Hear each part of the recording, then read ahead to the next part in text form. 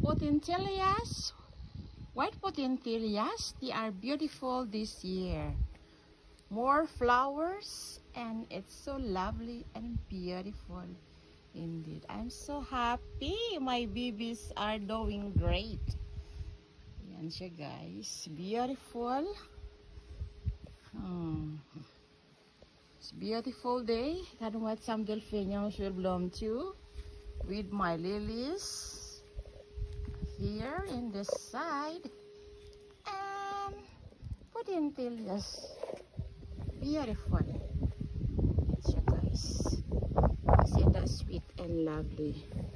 Thanks for watching. Love Nancy. Sending hugs to all of you from Baker's family. Beautiful. And I can wait my lilies and delphinium will blooms very soon indeed. Thanks for watching. Sending hugs to all. Love Nancy again. Please subscribe for more.